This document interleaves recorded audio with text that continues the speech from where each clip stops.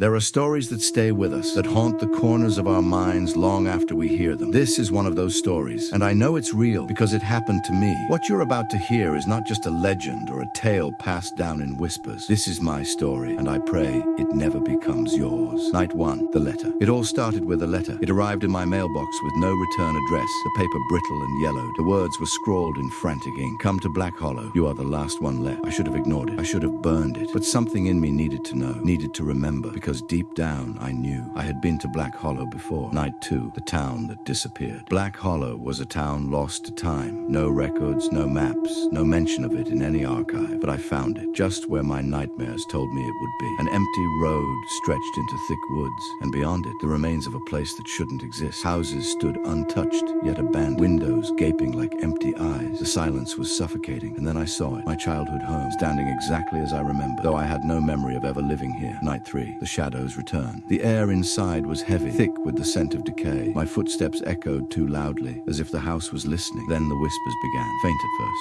like wind through cracked walls, but soon they grew. You left us, they hissed. You forgot. Shadows moved at the edge of my vision. Figures stood in doorways that vanished when I turned. I wasn't alone. I had never been alone. Night 4, the truth in the mirror. I found it in the attic, an old mirror, its surface warped and blackened. And when I looked into it, I remembered. I saw myself as a child, standing in this very room, surrounded by figures that weren't human. They whispered my name, reaching out with fingers too long, too sharp. And then I saw the truth. I was the reason they were here. I had let them in, and they had been waiting for me to return. Night 5, the final night. I tried to leave. The door wouldn't budge. The windows showed nothing but darkness. No outside world beyond. The house was alive. It wanted me to stay. The whispers became screams. The shadows lunged from the walls. And then I saw them, the lost ones. My family, my friends, trapped, twisted into inhuman shapes. And they spoke in unison. One must stay. One must take your place. The final decision, escape or sacrifice. There was only one way out, one trade to make. And so I ran, leaving the door open behind me, leaving the house to claim another. The screams followed me into the night, the shadows clawing at my back. But I made it. I escaped. And yet every night I hear them whisper my name. They are still waiting. And someday they will come for me. So now you know my story. You know the truth. But I have to warn you. If you ever receive a letter with no return address, if it tells you to come back, burn it. Ignore it. Because if you don't, you might find yourself in Black Hollow. And once you enter, you may never leave.